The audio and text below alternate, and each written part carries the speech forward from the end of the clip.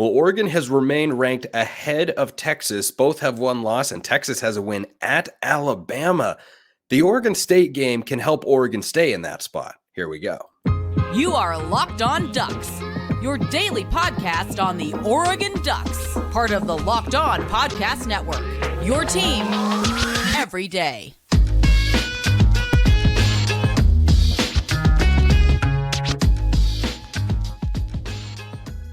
Yes, it is that time once again for Locked On Ducks. I'm your host, Spencer McLaughlin. Thank you so much for making this your first listen or your first view of the day. Part of the Locked On Podcast Network, your team every day and your number one source to stay up to date with the Ducks. So if you have not already, like, comment, subscribe, rate, and review. Please and thank you wherever you listen to or watch this show. Appreciate all of you out there.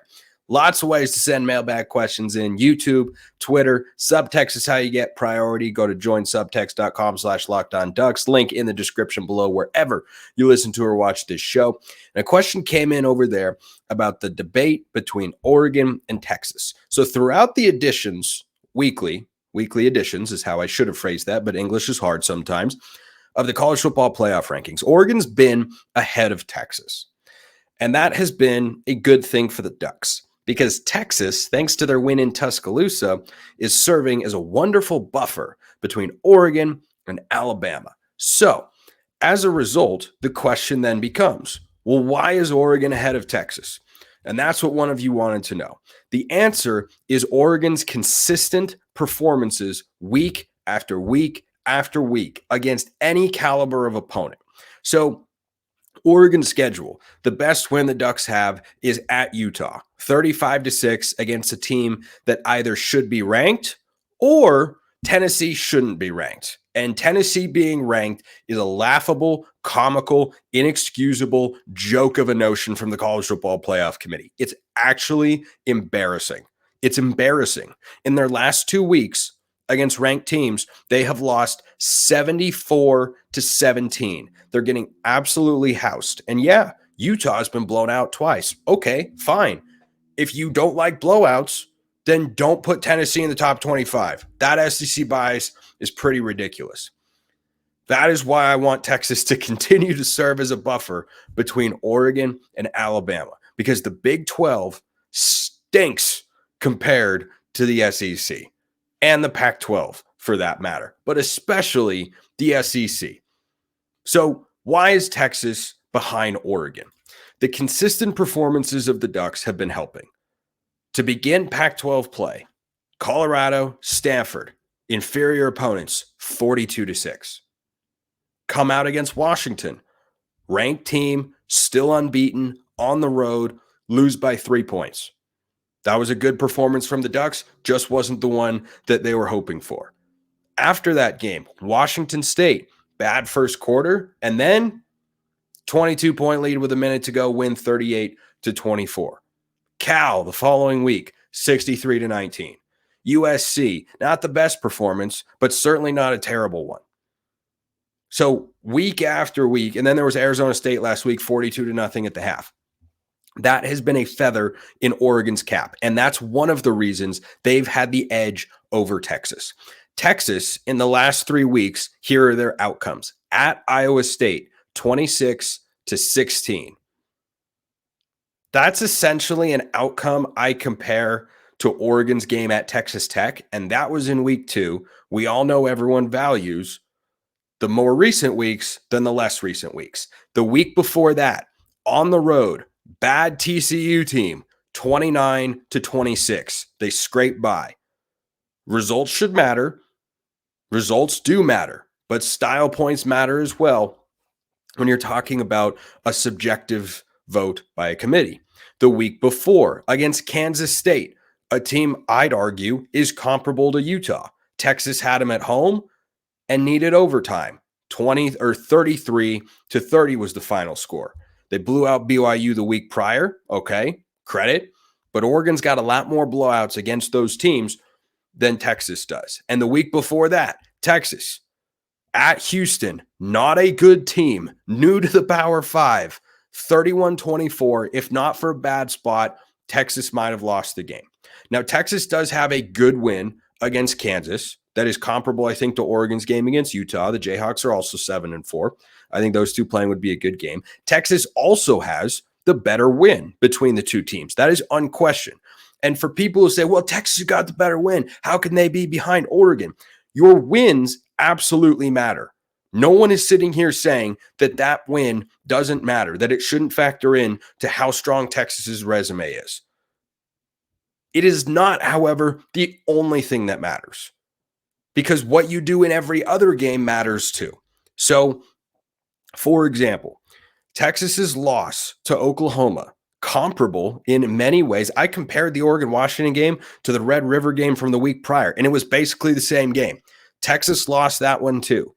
That loss to Oklahoma is not holding up the way Oregon's loss to Washington is. Washington is about to end the regular season 12-0. Oklahoma is about to end it 10-2, and Oklahoma plays by any objective measure in a weaker conference over in the Big 12. So those two factors, the resume against inferior opponents and the way Oregon has looked versus the way Texas has looked, and the quality of the loss, that is why Oregon is ahead of Texas. And I think that's well-founded logic from the committee. Maybe I'm biased because I'm an Oregon fan. But when Texas is coming out consistently against bad or mediocre teams and they're playing them tight, that's got to tell you something. Doesn't mean Texas can't be really good at their peak. They can be, but it also shows you where the floor is. And Oregon's floor is a lot higher on a week-to-week basis than Texas, which brings me to my point about Oregon State here. Oregon State is coming into this game ranked 16th, which is, by the way, hilariously too low. Hilarious. How do you go from being the 11th team to losing to the number 5 team in the country at the time, now number 4, by 2 points? And you drop 5 slots. Meanwhile, Tennessee plays a top 5 team at home. They get absolutely pummeled into oblivion. And they fall 3 spots and are still ranked with 4 losses. Give me a break. Give me a break with this crap. They might have fallen 4 slots. I don't know, but the fact they're still ranked is so patently absurd. And everyone knows it. Shout out to Joel Clapp, by the way, who pointed that out on his podcast and was absolutely ensconced. And I too am just furious at it. I'm so done with this Tennessee crap. They have lost every single one of their games by double digits. They lost to Florida, who's not good, by 13 points. They lost to Bama by 14. And Missouri housed them 36-7. Missouri, good team, Missouri. Not a great team. A good team, not a great team. So anyway, which brings me to the point about Oregon State. The Bees are coming into this game ranked 16th in the country. Even if Oregon beats them soundly, the Bees will remain ranked. Now, the committee will see how they value, the worth of a team at the time of them being played. I think that's more important, though what happens after the game is not unimportant. So Oregon going in and beating then 13th ranked Utah 35-6. The Utes getting blown out of Arizona. That's not good. Not good for the Ducks. You know what was good for the Ducks? Utah going into Washington and losing by 7 and having the lead at the half. That performance is, of course, quickly forgotten because the committee is completely and utterly ridiculous on that front. The inconsistency drives me nuts. But this Oregon State game can do quite a bit for the Ducks. So playing a ranked team and winning convincingly further underlines what has been Oregon's strongest case to remain ahead of Texas all season long. And if Texas keeps winning because they're head-to-head, they'll remain ahead of Alabama. I do not want to be in a resume debate with this committee, this absolutely just ridiculous committee, and how they're thinking about stuff. I don't want to be in a resume debate with Alabama. Not something I want to see happen. I don't think it'll matter because with Washington moving ahead of Florida State, that's a great thing for Oregon, by the way. Because if Oregon beats Oregon beats Oregon State, they're into the Pac-12 championship game where Washington will be waiting for them no matter what. And we definitely want Washington to win against Washington State, and they will. So if Oregon beats Oregon State and then avenges their loss against Washington, a 3-point road loss followed by, let's say the Ducks were to beat them by, 8 to 10 points, I think they could jump Florida State. I really do. And Oregon's sitting at 6. They've got Washington in front of them, who they would knock out in theory if they're able to beat them in the Pac-12 championship game. And then the loser of Ohio State and Michigan should be out, especially if it's Michigan, but Ohio State too. If you're not a conference champion, sorry, you should be out. That's the way it should work. And I think that's the way it would work. And we'll see what happens with Florida State. So I think the Ducks are in a good spot here. I don't think they have a Texas problem as long as they come out and play against Oregon State the way they did against Utah, the way they did against Cal, the way they did against Arizona State. If they play that caliber of football and let's say win the game like 38-20, if you've got a win over the number 16 team, 38-20, they're going to fall down into the 20s. Sure. It's still a ranked win. And it would be the second ranked win against the team that goes on to continue having a winning record. Utah, by the way, is going to beat Colorado on Saturday and end the year 8-4. We should definitely root for the Utes to win that game by 40 points and sneak their way back into the top 25, which is where I feel they should be anyway. But if that happens, you'd have a couple of wins against top 25 teams, big matchups going into it, and Oregon just, demolishes the opponent. If they do that twice, that'd be really, really good. And I think would solidify their case of remaining ahead of Texas. And then we'd have to see what Texas does against Texas Tech. I think the best outcome as well for the Longhorns, for the Ducks when talking about the Longhorns, is Texas beats Texas Tech close. Because remember, once upon a time, here in this 2023 season, Oregon went to Lubbock to play Texas Tech and beat them 38-31. It's probably one of the 2 worst performances Oregon has had this season, but they won the football game. If Texas at home beats Texas Tech by a similar margin, that'll be another feather, if not just subtly, at least, in Oregon's cap to keep them ahead of Texas. And if the Longhorns win, they'll be 11-1, going to the Big 12 championship game, where we would definitely want them to win, because then they can just keep serving as that buffer between Alabama and the Ducks, because that's where you don't want to be. You just don't. So that's the Texas question. Great question, though, that came in from SUBTEXT. Again, if you want to be a Locked On Ducks insider, go join the SUBTEXT community. You get a lot more thoughts from myself, breaking news, reaction, analysis. If you're a basketball fan, by the way, that's the best place to be, is over at SUBTEXT. I keep you up to date with all the games, everything that's going on injury-wise and whatnot. There's been a lot of not great news on that front, and Folly Dante, Nate Biddle are battling injuries right now. Ducks definitely need them going forward. But the guard play is absolutely fantastic. All that stuff and more being talked about almost nonstop over at SUBTEXT. So go check it out. Appreciate everybody who's already subscribed over there. Free 14-day trial. Then it's just $5 a month. Let's get some keys here against Oregon State, kind of what to know and who to know about the Beavs. And I'll start with the keys. I think for the Ducks, key number 1 is keep Bo Nix upright. If Bo Nix is upright in this game, this is an Oregon State defense that can be thrown upon. That they are a good unit. They are not as good as they were last year. And last year, remember, with a mildly hobbled Bo Nix on the road, Oregon still put up 34. I think they can put up that number and then some if they play to their potential, the Ducks, that is, at Autzen Stadium. Because if Bo Nix is protected, the secondary is just not as good. They have a couple good players, no doubt. They do. Oladapo, the safety, good player. There are a couple other guys that are solid, but last year they had Rajon Wright, they had Jaden Grant, and they had Alex Austin. And those 3 dudes were big-time playmakers and elite cover guys. Good tacklers, but elite high-end cover guys. They're not there anymore. Cam Ward accounted for more touchdowns than incompletions against this Oregon State defense once upon a time. Cal's offense, remember the one that came to Autzen Stadium and on a wet day only managed 12 points because Oregon's offense gave the Bears 7, put up 40 against this Oregon State team. Now, here's the caveat with them defensively.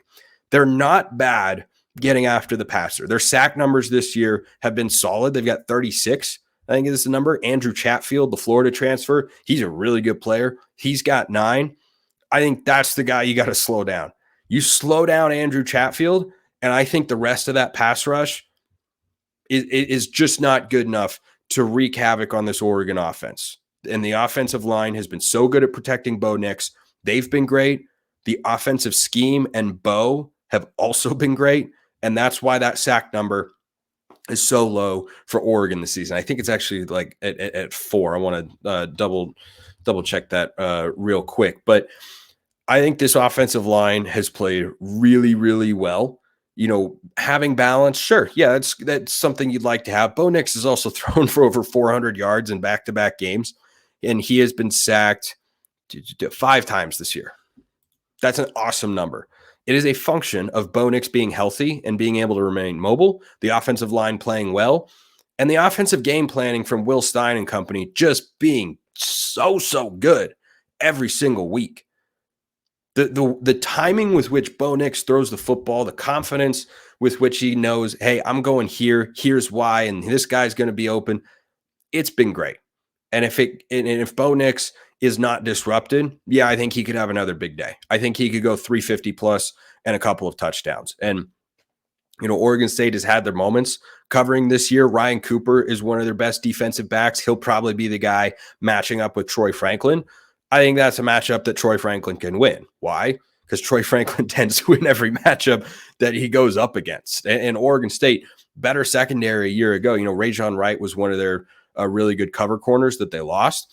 Before the half, when Oregon scored a touchdown, Troy Franklin absolutely cooked him. But make no mistake about it, Cooper is a good cover corner. I don't think he's good enough to keep up with Bo Nix. And the Beavs this year have been suspect at times against the pass. They've also been suspect on the road. Now, this is not a big, long road trip. That's kind of the difference for Oregon State. Their first 2 road trips in Pac-12 play, they put up 38 points at Washington State and 40 at Cal. But in their last couple, it's been much better. They allowed 27 at Arizona, who's a really good team, just put up more points in that same stadium against Utah, who we know is a great defense. Now, the Utes were shorthanded, to be fair. And then Colorado, which is a hostile environment and a good quarterback, but not a whole lot else other than Travis Hunter, put up 19 points on this Oregon State defense. So they've played better on the road, but they're a much different unit at home. And they played well last week against Washington, holding them scoreless. Even amidst the rain, that's an impressive thing to hold them scoreless in the second half. Looks like the forecast for this game is going to be sunny skies because, as we know, as Don Essig always says, it never rains at Autzen Stadium. So not expected to be, a downpour or anything like that, which will be, a refreshing break for DJ Uiagalelei. But I think if you protect Bo Nix, he can go for a lot of yards. If you get this secondary one-on-one with Oregon receivers, I like that matchup quite a bit. Key number 2 for the Ducks, and this is another big one. You have to force DJ Uiagalelei into spots where he has to throw the football, because that is where he is at his worst. So DJ this year, yes, Mateo's brother. I hope Mateo sacks his brother because I want Oregon to get pressure on the quarterback and because it'd be cool. Like, just objectively speaking, I don't know what you do if you're, Big Dave Uiagalelei. Like, do you go, they need one of those. I remember Steph Curry's mom had a half Blazers, half Warriors shirt because Seth was playing on the Blazers, back when the Blazers were good. And Steph was playing on the Warriors, obviously, in the playoffs a few years ago in 2019 in the Western Conference Finals. It was an awesome shirt. So I think the Uiagalelei's need a shirt like that. They need a platypus shirt. That's basically what they need there. But DJ Uiagalelei can be an effective quarterback. He'll make a couple throws in this game where you'll go, oh, that was a really good throw. Oh, that was a big time throw. He's a 5-star quarterback recruit for a reason. Where DJ struggles is in obvious passing situations. He can be a little robotic. He can be overly mechanical. And I think that he can make really good throws. He can also make some decisions that make you go, What exactly was that? What are you doing? Perfect example. Against Washington, the Beavs trailing by 2 are marching it down the field, trying to kick a game-winning field goal. 1st and 10, they lose a yard on the ground. 2nd and 11, 2nd and 10. DJ then on 2nd and 10, knowing it's 4-down territory, which it was, tries to throw a deep fade down the sideline, and it wasn't really there. Those are the sorts of places you want to force him to be. Where DJ can thrive is when it's 3rd and 2, and you don't know. They go on ground or they go on play action. 2nd and 4. 1st and 5 if you jump off sides or anything like that. Those are the spots where DJ can be effective. He sells the play action well, and he can push the ball down the field. And he's got 2 receivers in Silas Bolden and Anthony Gould that are really good. They're both, I think, Tez Johnson types. They're smaller, but they're quick. They're explosive. They seem like possession receivers right until you get them into the open field, and then they can break it for a long one. And they will push the ball vertically. Those are the top 2 targets. So if Oregon's able to keep those guys from going deep, you force DJ to bring it back underneath. But really, you put DJ in spots he doesn't want to be in. You got to watch for Jack Velling, the tight end as well. He's real solid. I like him. He's a lot like Luke Musgrave from the last couple of years a little bit, who's now shining with the Packers the way I think T-Ferg will next year in the NFL. But hey, that's a conversation for another day. So you want to put DJ in spots where he has to throw, where you know he's throwing. 3rd and 6, 3rd and 8. You get into those positions, make it 3rd and more than 5, and I think Oregon's defense can have a lot of success. They've been so good on 3rd down this year, holding opponents to 33% conversion rate. I like that. I think that is a great number. I think that Chris Hampton deserves credit, newcomer on the staff, co-defense coordinator, Tosh Lupoy, Dan Lanning. They've been doing a really good job. The way you keep that number low and put up another inefficient game for them offensively on 3rd down, keep them behind the sticks. Which brings me to key number 3. Learn to not do what happened last year. I like that Dan Lanning is not shying away from last year's game. He's not no, it was a mistake and we forgot about it, or we didn't do this, that, and the other thing. No, he's reportedly, I've seen a couple of different places, he's playing that 4th quarter to motivate his team. I love it. I'm here for it because that was embarrassing and it was bad and it should never happen again. And we know that Jonathan Smith and Brian Lindgren, the offensive coordinator, if they are going to be able to just run the ball and not have to throw it, they will just run the ball and not throw it, no matter who the quarterback is. They have a guy who's more capable of passing. That doesn't mean they want to. They want to run the football a lot. So if you contain Damian Martinez and Deshaun Fenwick, who are both really good running backs, by the way, I think they are in a similar sphere of a 1-2 tandem like Bucky Irving and Jordan James, or Bucky Irving, Noah Whittington were before Whittington's injury.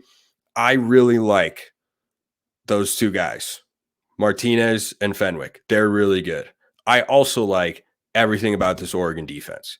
If they come to play, 3rd in the Pac-12, top 20 in the country, allowing 96 rushing yards a game, and the Beavs go for 192 per game on the ground. If that number is under 150, Oregon wins this game by 20 points, because I don't think Oregon State's defense is going to be able to do enough. But if you were able to take away the running element and put the onus on DJ, he has had 7 games this year in which he's completed less than 60% of his passes. 7 of 11 games, he's been under 60% completion. The Beavs in those games are 4-3. That's the key. If you limit the run game and force DJ to be a greater focal point, that's where you want to put this Oregon State team. So those are kind of the keys that I think Oregon has to success. Protect Bo Nix, keep him behind the chains, and don't let him go crazy on the ground. Another great way to avoid what happened last year, don't drop a punt on the 1-yard line. Ross James, Luke Dunn, your time's to shine. I think those 2 guys have been outstanding this year, by the way. So last thing here emotionally with Oregon State, maybe I'm just playing devil's advocate because it's kind of in my nature, because I get nervous going into these games. I do feel good about Oregon. and I think they're going to win. I'll have my prediction with Ryan Winter, by the way, on tomorrow's show. So make sure you tune in wherever you're listening to or watch the show right now. Of course, you'll be able to get it there tomorrow too. Obviously, why wouldn't you be? Exactly. Dumb question. Why ask it, Spencer? I don't know. This is just a stream of consciousness. So that's kind of where we're at. So I forgot what I was going to say. Now I remembered. Oregon State, you can certainly frame the narrative around this team. Jonathan Smith rumors going elsewhere, and he's open about, his uncertain future at Oregon State. They can't get to the conference title game. They lost in a heartbreaker in the last Pac-12 game at Reser Stadium last year. Like, last week would have been a huge, huge win, and instead it was just a crushing defeat. Sure, you could look at this team and say, yeah, they're just defeated. Oregon's going to roll. They're mission-oriented. I can definitely see that. Here's another side of it. The other side of it is Oregon State's got nothing left to lose. And that can be a dangerous team to play when it's your rival, who would probably like nothing more, by the way, than to send the Ducks off to the Big Ten with, a loss that derails all of our season goals. Because remember, Arizona will not lose to Arizona State. If Oregon wins on Friday, they're into the Pac-12 championship game. If Oregon loses, back to the Holiday Bowl. Anybody want to go there? I'd watch the game. I'd enjoy it. I'd root for Oregon to win. Got to get to Vegas. Got to get to Vegas here. And I know Oregon State would love to play spoiler, just like they did last year. But I also know the Ducks are mission-oriented, and I love the way Dan Lanning motivates his team. So whatever tricks he's using, I'm on board with it. Appreciate everyone listening. I'll see you next time. Have a wonderful rest of your day, and go Ducks.